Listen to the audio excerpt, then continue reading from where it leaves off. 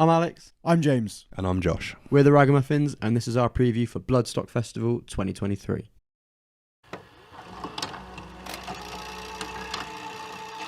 So as it stands, we currently can't make it.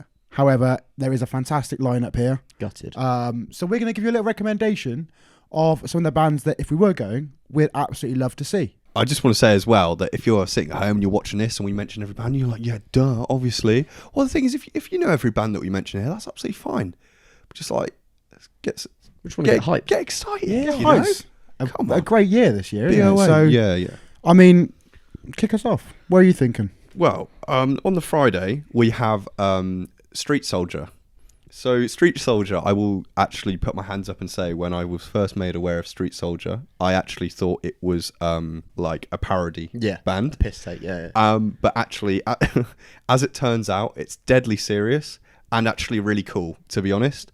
Fat riffs.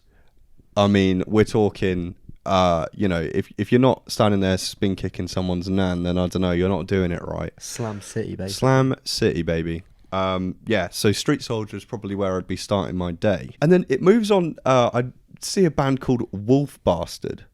Great name. I know, that's Bloodstock to a T. I love it. And it's just sort of like unrelating fast, it's like a dirty, thrashy sort of, I think some of their lyrics are quite comedic as well, but I'd definitely be heading over to Wolf Bastard. Then next up is a band that honestly I got lost in today. Pest Control. Yes. Yeah. Who I believe is the support for Obituary. It gave me like massive sort of like Cancer Bats vibes. So like if we saw them on a tour with Cancer Bats, I think that would be absolutely dope. But that's where I'd be off to. See, while you're there, I would be like, I can't do this. I'm going front and centre for Fit for an Autopsy. Like after finding What the Future Holds like last year, fucking hell, absolutely incredible album. And since then I've just been diving like through their discography. And they've become very quickly one of the bands that I'm like, I need to see these guys live. Watching so many live shows as well, they just seem tight as fuck. And just incredible deathcore. Yeah, and super exciting for them to be tearing it up on the Ronnie James Dio stage. Perfect slot for them. They're such an exciting band. I feel like they're almost like a really well-kept secret. Like I feel like I need to be screaming from the rooftops. Yeah, for sure. To listen to that What the Future Holds album. I love that band. Heaven Shall Burn. Oh my goodness. German, Sick metal? as fuck, yeah. Yeah. Unrelenting, heavy, sort of gives the good stank face while you take a listen. And I've just seen here as well, oh my goodness, that is Lean in. Triple threat. You've got on the Ronnie James Dio stage, Gate Creeper, into Fit for an Autopsy, into Heaven Shall Burn. So if you can survive that triple threat... If it's a big if. Yeah, that's a big if. It literally goes into In Flames as the main support on the Ronnie James Dio that stage that day. A band that sort of have been, have had a brilliant run, and I've loved. I wouldn't so much say I've loved to seen their growth. I'm just very happy that they've always just seemed to be on the up. I've kind of seen it from afar as well, just seeing like the more tours they kind of get announced on. I think very much bigger in the US as well. I think I've seen them do like some big tours with Trivium in particular. I think they've gone on tour with like Slipknot. Yeah, like so you can see. I mean, big hitters coming through here, and sub headliners on the Ronnie James Dio stage is fucking brilliant. It's a great place to be. I mean, the cool thing about Bloodstock basically is like if you're maybe dissatisfied with the direction of Download over the last few years, this feels like it's a lot more tried and true, pure metal, and for the pure heavy metal lovers. I mean. If the phrase "sick as fuck" annoys you, then turn the video off now because we're probably going to be saying that a lot. Yeah. But just seeing bands like you said, Street Soldier, In Flames, Hidden Intent. I mean, it's just so cool. Yeah. Just so cool. What I'm seeing as well after that actual quadruple threat of the main stage, from In Flames it goes into Bosk, which is decent because that seems like a very good palate cleanser. It's a big sort of soundscapes and it's all very spacious music. You know. Grab some noodles or whatever they've got at BOA. Just have a chill to Bosk until your headliners of Killswitch Engage. Now, you were a big Killswitch fan. Yeah, maybe it still are, I guess, like the nostalgia for it. No, I still am. In particular, like you grew up absolutely loving them. Particularly the Howard Jones era, but I love it all. It was really sort of heartwarming to see Jesse return to that band. One of my absolute favourite Killswitch Engage songs is actually the recent one, Signal Fire, with both vocalists on. Love that. I think they're a really, really exciting headliner to book for this festival. I feel like with Bloodstock, it's sort of... I don't know, I feel like they're maybe willing to take a few more risks with than maybe other major festivals in alternative and heavy music. But like this is one that I think is going to more than pay off. Killswitch is such an exciting band, and like they're at the perfect spot of like still like youthful compared to maybe other headliners at metal festivals. Yeah. But also tried and true veterans of their scene. So I think they're fucking brilliant. And if that Clash Finder's correct, after probably a blistering Killswitch Engage set, it literally finishes on the Sophie Lancaster stage with Candlemass as well. So it's nice that they've literally let Killswitch breathe there. That's been your warm-up day. Yes. You've had a good time to start it. And as we roll into the Saturday, a band that we saw at Takedown Festival this year, literally opening up the whole day, Senior Akira. Yeah. Who... This is a blistering start to the day. It's such an eclectic mix of sounds that comes through with them. And we spoke to them recently, and it was just nice chatting with them and talking about like how they kind of come up with that sound, how it takes... They all kind of have so many different influences that kind of draw into kind of the output of this distinct music that they produce. And I think definitely like if you can get up in the morning, it's definitely one to worth going to have a watch down, have some fun, and I guarantee it'll be such a great kickstart to your Saturday. Yeah, and what's sick is like, this is a metal festival, but like it still touches the entire sort of spectrum scope of what metal can be. And I think a band like that starting the day that's then going to be bookended with Meshuggah and Zealanada, which we'll get to in a minute. Like, I think that's just goes to show how exciting this festival and this scene is. Amazingly diverse. Yeah. Amazing. Absolutely. So, straight after Seething Akira is a band called Urn, who I genuinely thought were way, way bigger.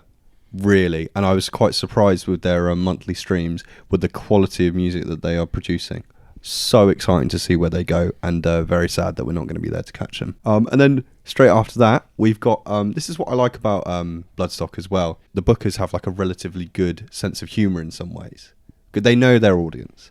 Because the thing is, you've got Royal Republic next. And this is like a festival for, you know, your true Battle Jacket metal fan. And Royal Republic are just fun. Yeah. They are just fun. And, you know, I know they've had like Evil Scarecrow and stuff like that in the past. And we'll get onto Gutterlax in a moment as well. But yeah, no. I've just spotted here Employed to Serve straight after. Yeah, and that's it's just so bang, cool, isn't bang, it? So bang, fun. bang, bang. Just don't miss. Employed to Serve, love them. We saw them in, oh my God, when was it? All Points East, 2017? No. 2019 it would have been, yeah. Absolutely blown away by their set. And like the releases they've put out since then have been blistering. Like just so good. Just a really exciting band. Like, I mean, a lot of sort of younger metalcore bands in like British music are really starting to like take over. I think Employed to Serve are one of those bands that are going to be ones to watch sort of from this set and going forward. And then after Employed to Serve, you have Crowbar, who honestly I sort of took a deep dive in today. And I would actually say that a lot of the sort of vocal delivery and some of the riffs and stuff, I would say that Malevolence, I reckon, have definitely taken some pointers from, for sure. The influence is there. Yeah, 100%. But the thing is, I've just noticed that it slightly clashes with Skin Failure, who are a band who I'm starting to see more and more of, who are super fun. Abath, anyone? Yeah, I fuck with it a bit. Yeah. Again, like, this festival does a really good job of touching on all corners of extreme music. I think Abath's a pretty sick booking, especially to be sort of in between what they're in between, which is Crowbar and Not Loose Motherfucker. Oh my God. Like, I'm jealous. Yeah, this is fantastic. I'm so fucking jealous. Like, we're gonna go and see them at the Dome. I'd love to see them like on a big main stage, even higher up in a bill. We saw them at Trees last year. We saw them at Outbreak last year, headlining.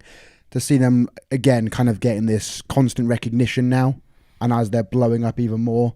What would be painful if we were there, and maybe let us know in the comments if it pains you, is that according to this Clash Finder, they are playing at the same time as Gutterlax.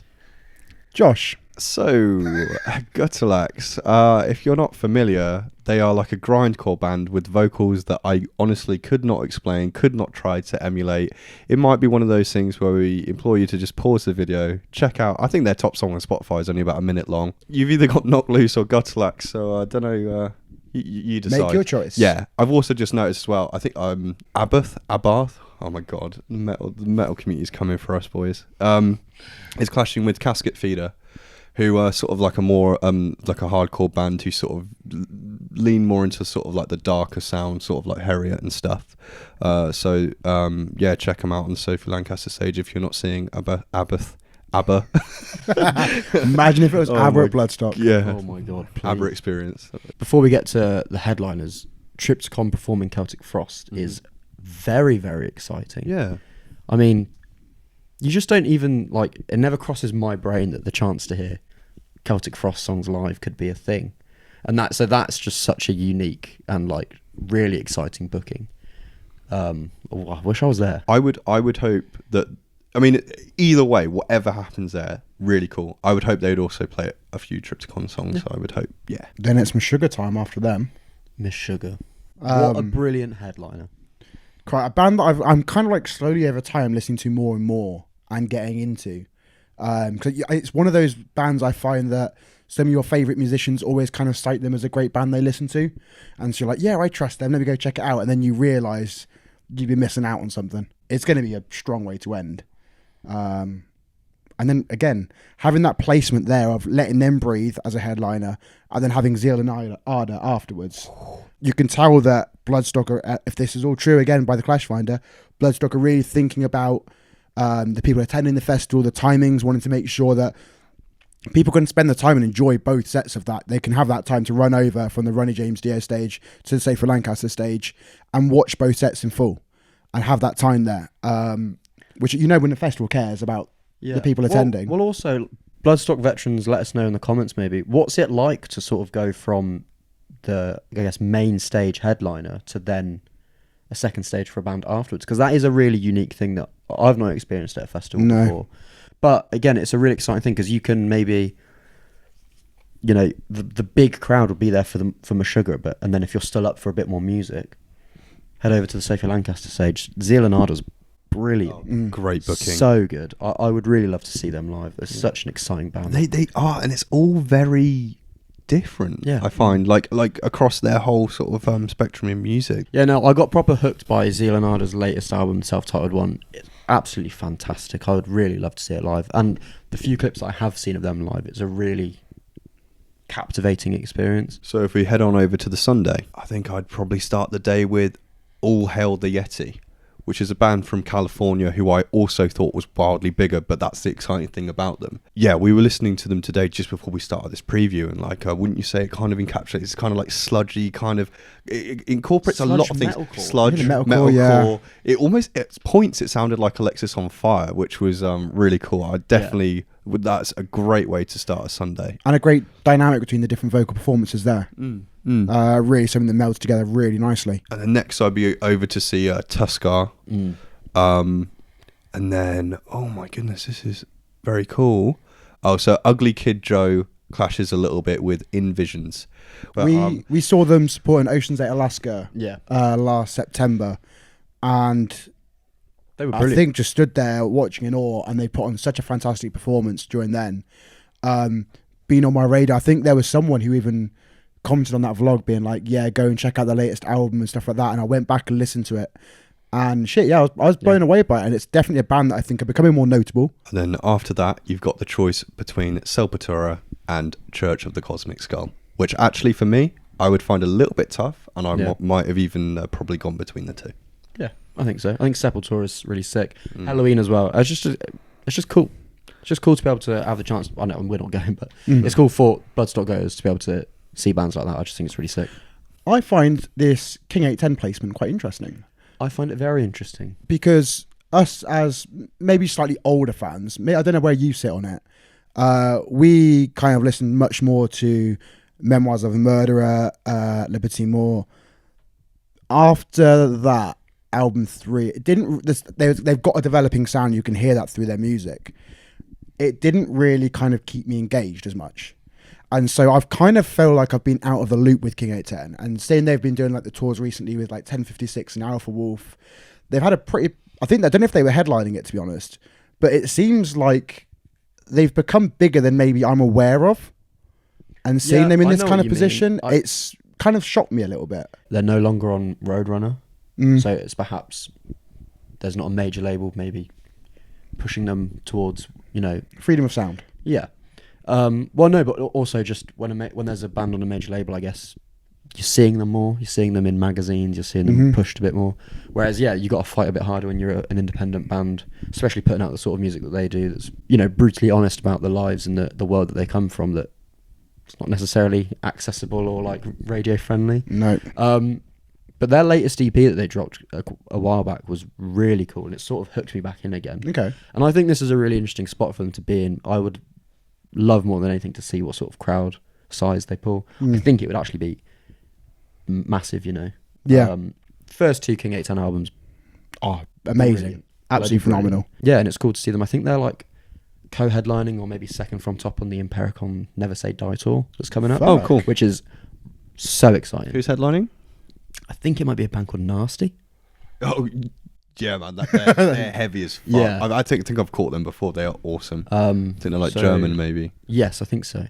To close it off, really, kind of close it off, Megadeth. I was about to do a Dave Mustaine impression then, but I'll go. Hello, me. Hi, me. Meet the real me. No, this is cool. Megadeth are sick. I think they're a really good final headliner to close off the weekend. I'm jealous. And then, well, to actually close out the day, Biohazard, riffs. So yeah, Riffs. Bloodstock Open Air, Riffs. So yeah, like it's looking to be an absolutely fantastic weekend. Heartbroken that we, as it stands, can't be there. We hope you have a great time. Let us know how it goes, and most likely see you next year. Yeah, It's definitely a festival that I'm kind of becoming more aware of. I want to go and experience at least once. And this was definitely a lineup this year where I was like, oh, fuck. If I could have made it, I'd have had an absolute ball. So, yeah, let us know who are your favourite bands. Once you come back to the video, let us know. And if you're watching now beforehand, who are you most excited to see? Who did we miss? absolutely. Let us know. Like the video, subscribe. We've had a whole big festival season this year. We've had a lot of fun. We've had Takedown, Slam Dunk, Download, 2,000 Trees. We've got vlogs galore. Go and check them all out. Go and check out. Once again, we spoke to see the Akira. Check out the Perfect Gig with them. Subscribe. Fucking click it now. And have a good time at Bloodstock. Not for us.